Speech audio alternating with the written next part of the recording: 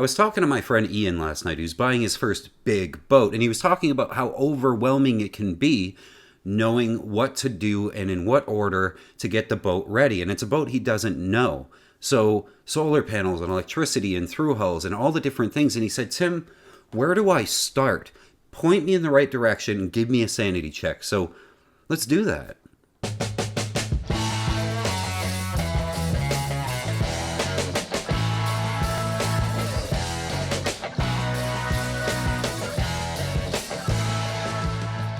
It's also time to put the boats in the water up here in the northern hemisphere because it's finally getting warm enough to do that.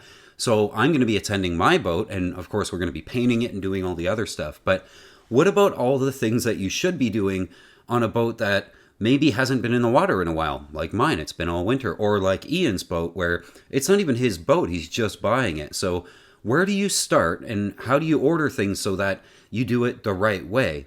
And the first thought I had when Ian asked me that was, we need to do it the safest way possible. So first thing comes to mind is don't sink. Don't sink. We need to make sure that the boat is safe to go in the water. So the first thing I'm going to do is check every single through hull and make sure the seacocks are opening and closing properly without resistance. Make sure they're not rusty. Make sure that where the seacock attaches to the through hull and then goes in through the fiberglass, there's no cracks. There's nothing that shows any signs that that through hull is going to fail. And if it has gate valves on it, make sure you replace them right away. We still see gate valves from time to time, and those don't have any place on a boat. From the through hull, follow the hose that leads off the through hull. It probably goes to the bottom of the sink or the toilet or the engine. Make sure that hose is in good shape. Make sure it's not dry rotted or cracked. Make sure it's of the right size. And make sure it's double hose clamped. ABYC standards say double hose clamp in opposing directions anywhere below the waterline. And we want to make sure they're proper stainless hose clamps. We want to make sure that when we put this boat in the water, we're absolutely certain that not a single through hull is even remotely suspect. The other thing to think about with holes in the boat are stuffing boxes. You probably have one for your engine. If you have a sail drive, you have a very big seal where water could get in if the seal fails. And then you'll probably have one for your rudder. So make sure that the flax cord inside those is still pliable and malleable, and make sure it's not dried out. Make sure that the prop shaft or rudder shaft turn easily. Make sure they're free moving. And make sure the adjustment to that stuffing box is tight enough that water doesn't come pouring in. This is something that you'll have to keep an eye on as the boat goes in the water. And different manufacturers of different stuffing boxes will tell you how many drips per minute that it's supposed to let in when the prop shaft's spinning. So make sure that's all set up right. The last thing we want is for the boat to sink when we put it in.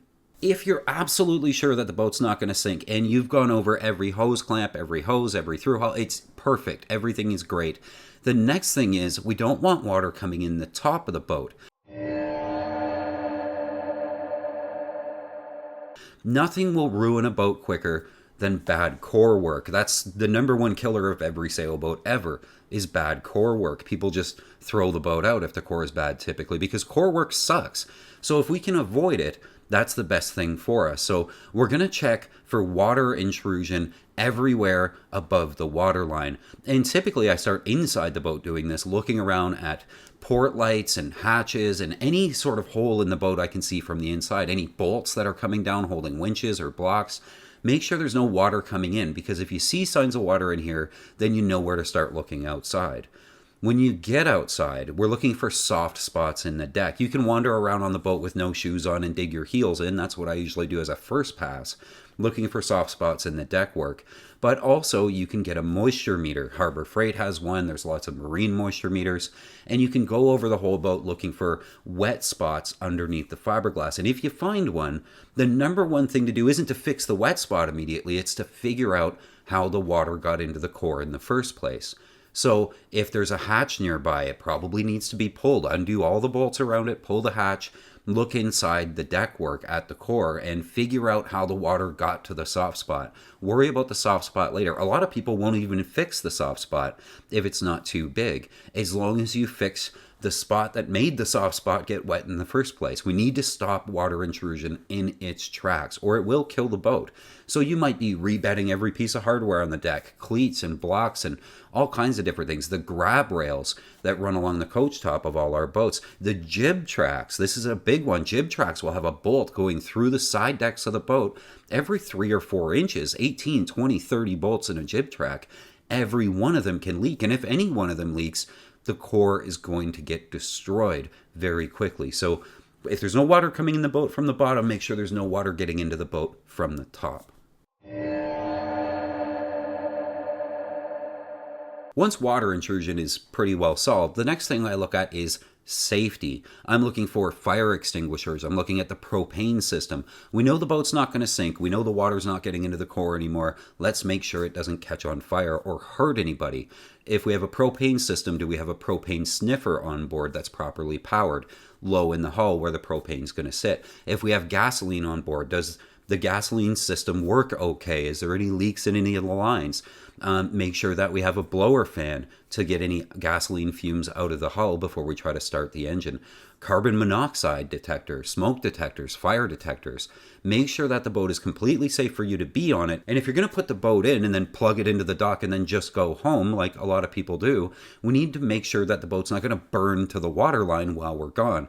Check all the fuses. Check anything that can possibly go wrong in terms of stuff that can cause fire. Check for diesel leaks, both on the tank, the lines, and the engine. We often will crack open one of the injectors or some sort of bleed point to let the air out of the diesel system right at the engine. Make sure that that's fastened and closed. That way you're not leaking diesel everywhere when you go to try to use the boat for the first time. The next thing I'm worried about is still on the safety vein. I'm looking for the standing rigging. Is the mast secure? A lot of us take our masts down for the winter and we're putting them back up right now. So is the mast secure? Let's look at all the swage fittings and make sure we don't have rust coming out of the top. Rust coming out of the top of a swage fitting means there's probably a lot of rust down in the swage fitting, and we might need to start thinking about doing the rigging. From the swage fittings down, look at all the turnbuckles and look at the clevis pins. A substandard stainless clevis pin will start to rust, and it's almost like you don't even know what you're getting half the time with clevis pins based on where you get them. Sometimes they'll last for 30 years without rusting. Sometimes the first year they start rusting.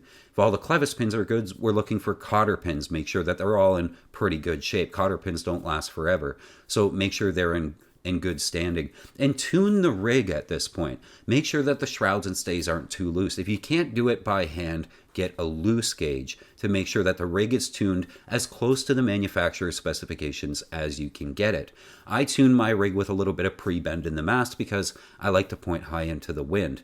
And as long as we're looking at the standing rigging, and this isn't a real safety issue just yet, but let's take a look at the running rigging. Let's make sure any blocks and tackle that control those sails when the sails are loaded up are in good working order, and then it's going to be safe to use this boat in 20, 30 knots of breeze. Think about the outhaul for the main, and when the main has thousands of pounds of pressure on it from all the wind, is that outhaul going to explode? Is anything going to go wrong with the jib cars or the jib tracks or any sort of blocks that control the sails can have thousands of pounds of pressure on them, and if they look suspect, replace them now. It's also a good time to take a look at the winches and a good time to service them. Winches can be intimidating when you take them apart, but a Lumar replacement parts kit with the pawls and the springs and everything isn't very expensive. And once you take the winch apart the first time, it really isn't that complicated to start replacing pawls and springs and making sure everything is greased appropriately. We might as well get that done now and service all the winches if they need it. Now that we know the boat's not going to sink and there's no water coming in through the top rotting our core work, and our mast is on there in pretty good standing, it's not going to fall over, all the rigging's good, the sails are in good shape, all of our blocks and hardware are in good shape, and we know the boat is safe, the next thing we're going to do is look at propulsion. We're going to start attacking the engine, and typically we do an oil change before winter because we don't want to leave used oil in the engine all winter, so it should have fresh oil. If it doesn't, let's do that now.